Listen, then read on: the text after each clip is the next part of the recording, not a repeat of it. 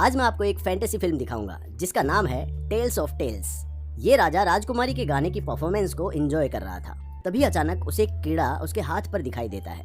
राजा उसे मारना चाहता था, लेकिन कीड़ा राजा के दिमाग को पड़ रहा था और वो राजा के आदेश के अनुसार लेफ्ट हैंड से राइट हैंड पर कूद रहा था। छोटा कीड़ा राजकुमारी की परफॉर्मेंस से ज्यादा इंटरेस्टिंग था। परफॉर्मेंस के बाद राजा हॉल छोड़ने के लिए इंतजार नहीं कर पा रहा था, जबकि राजकुमारी ने महसूस किया कि राजा उसे इग्नोर कर रहा है। राजा कीड़े को अपने कमरे में ले गया और अपनी उंगली काट दी और कीड़े को अपना खून पीने दिया। फिर वो एक सोने का डिब्बा लाया जिसमें सॉफ्ट कुशन था और उसमें उसने कीड़े को सोने के लिए छोड़ दिया। उसने एक मैग्नीफाइंग ग्लास उठाया और बड़ी दिलचस्पी से कीड़े को देखने लगा। वो बहुत खुश था और कीड़े पर पूरी तरह से मोहित हो गया था। कुछ दिनों बाद कीड़ा मूंगफली के दाने के साइज जितना बड़ा हो गया। कीड़े को खुश करने के लिए राजा पूरे दिन घर में रहता और उसने कीड़े को खेलने के लिए बहुत सारे खिलौने बनाए। राजा अपनी बेटी से ज्यादा कीड़े की देखभाल करने लगा। राजकुमारी की शादी की उम्र हो गई है और एक दिन राजकुमारी रात के खाने के समय राजा को बताती है कि वो शादी करना चाहती है। राजा राजकुमारी से पूछता है कि उसे किस तरह का हस्बैंड चाहिए, जिसके जवाब में राजकुमारी कहती है कि उसे एक साहसी, मजबूत और सुंदर दिखने वाला पति चाहिए। राजा बिना किसी हिचकिचाहट के हाँ कर देता है, लेकिन वो अपनी बेटी से इतनी जल्दी दूर नहीं होना चाहता था। उसी वक्त राजकुमारी कहती है कि मीट अच्छे से पका नहीं है,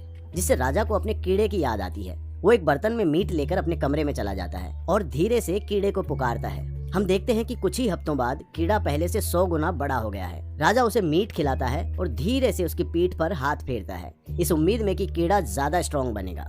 लेकिन एक रात राजा इमरजेंसी में डॉक्टर को बुलाता है और पता चलता है कि कीड़ा बीमार है। वो डॉक्टर चौंक जाता है जब कमरे में एंटर करता है, क्योंकि उसने कभी इतना बड़ा कीड़ा नहीं देखा था। कुछ जांच के बाद डॉक्टर राजा को बताता है कि कीड़े को कैंसर है। राजा कीड़े के मरने पर बहुत दुखी होता है और वो डॉक्टर को इस बात को गुप्त रखने का आदेश देता है। अगली सुबह राजा राजकुमारी से कहता है कि उसने पहले से ही उसके लिए एक पति चुनने का तरीका सोच लिया है। कुछ दिनों बाद राजा एक विशेष जानवर की खाल बाहर लटका देता है और कहता है कि जो भी बता देगा कि ये खाल किस जानवर की है, उससे राजकुमारी की शादी हो जाएगी। पहला आदमी एक किसान है। वो खाल को थोड़ी देर के लिए रगड़ता है और कहता है कि ये एक सूअर की खाल है। दूसरा आदमी एक व्यापारी है। वो इसे बहुत ध्यान से देखता है और कहता है कि ये एक पेड़ की छाल है। वो सभी गलत जवाब देते हैं, जिससे राजा बहुत खुश होता है, क्योंकि वो नहीं चाहता था कि उसकी बेटी उसे छोड़कर चली जाए। तभी एक अच्छा सा सुंदर सा दिखने वाला योद्धा आता है, जो राजकुमारी को पहली नजर में पसंद आ जाता है। वो राजा से इस तरह के टेस्ट को रोकने के लिए कहती है और पूछती है कि ये किस जानवर की खाल है।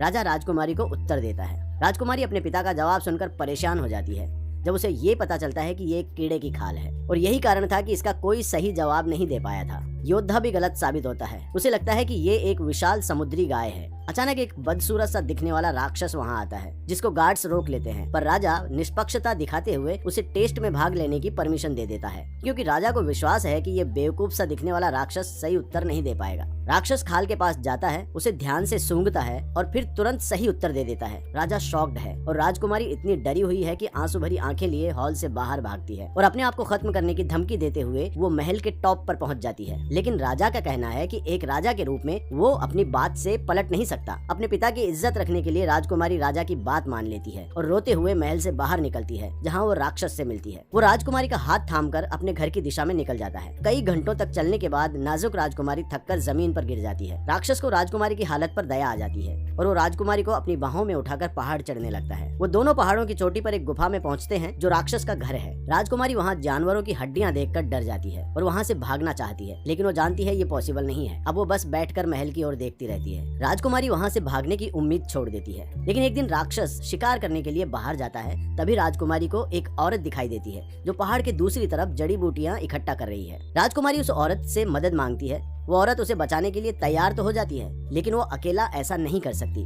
उसे अपने पति और बेटों की मदद की जरूरत पड़ेगी, इसलिए दोनों अगले दिन इसी जगह मिलने का निश्चय करते हैं। राजकुमारी इतनी खुश है कि वो पूरी रात जागती रहती है। अगली सुबह जब राक्षस ध्यान नहीं दे रहा होता है, राजकुमारी छुपकर गुफा के बाहर निकल जाती है। राजकुमारी उस औरत के बेटे को देखती है। पता चलता है कि ये परिवार सर्कस में काम करता है और ये लड़का रस्सी पर चलता है। वो राजकुमारी को अपने कंधे पर उठाता है और पहले से लगाई हुई रस्सी पर चलता है और धीरे धीरे पहाड़ की दूसरी तरफ बढ़ता है। लेकिन उसी वक्त राक्षस को अजीब सी गंध आती है और वो गुफा के बाहर निकलता है। जैसे ही लड़का और राजकुमारी दूसरी तरफ पहुंचने वाले होते हैं, राक्षस उन्हें देख लेता है। राक्षस रस्सी पर लटक कर उनको पकड़ने की कोशिश करता है और जैसे ही वो उनके पास पहुंचने वाला होता है, वो रस्सी काट देते हैं। जब सर्कस फैमिली राजकुमारी को महल की दिशा में ले जा रहे होते हैं, तभी अचानक राक्षस वहाँ आ जाता है। पूरी फैमिली उससे लड़ती है, लेकिन राक्षस बहुत ताकतवर है और वो 3 लोगों को मार देता है। रस्सी पर चलने वाला लड़का अपनी माँ और राजकुमारी के साथ वहाँ से भाग जाता है, लेकिन राक्षस उनका पीछा कर रहा है और उनको पकड़ने वाला ही है। वो तीनों एक पत्थर के पीछे छिप जाते हैं। लड़का आग जलाकर राक्षस को मारने की कोशिश करता है, लेकिन राक्षस लड़के और उसकी माँ को मार डालता है। डरी हुई राजकुमारी भागती है, लेकिन एक डेड एंड पर पहुंच जाती है। वहां से उसे आगे भागने का कोई रास्ता नहीं मिलता। राक्षस उसको पकड़ लेता है और उसका गला दबाकर उसे मारने की कोशिश करता है, लेकिन मार नहीं पाता क्योंकि राक्षस को उससे प्यार हो गया था। राजकुमारी भी राक्षस से प्यार का नाटक करती है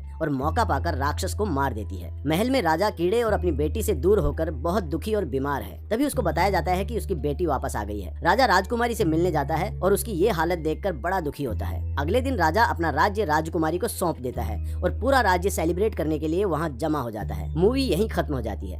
तो आपको कैसी लगी ये फिल्म कमेंट में हमें जरूर बताइए, और अगर आपको मेरा वीडियो पसंद आया तो प्लीज इसे लाइक और शेयर कीजिए, और इस तरह के वीडियोस देखने के लिए इस चैनल को सब्सक्राइब कर लीजिए। देखने के लिए थैंक यू। मिलते हैं नेक्स्ट वीडियो में।